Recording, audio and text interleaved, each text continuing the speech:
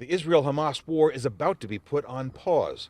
The deal, approved during a tense Israeli cabinet meeting, calls for a 4-day ceasefire, 50 hostages, women and children, released, 150 Palestinian prisoners, mostly women and children, released.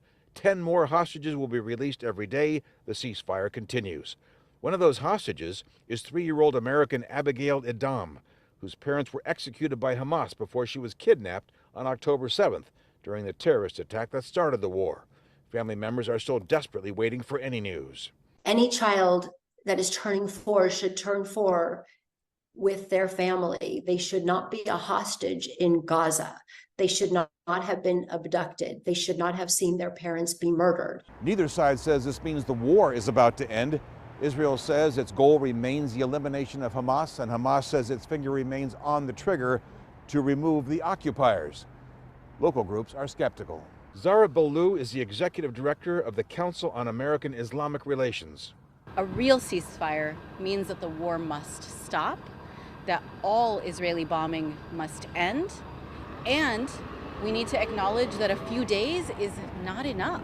Tyler Gregory is the CEO of the Jewish Community Relations Council. This is a terrorist organization that Israel's negotiating with, and we know that they can continue to play games. The Qatari government brokered the deal with the assistance of Egyptian and American negotiators. It says the starting time for the release will be announced in the next 24 hours and will take place in Qatar.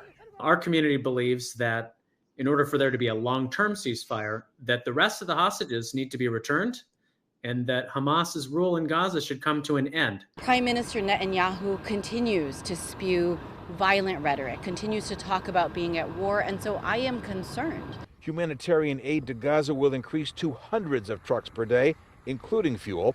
Hamas says it needs to move around freely to consolidate the remaining hostages, so Israel would suspend overhead drone flights for up to 6 hours a day in the north and altogether in the south.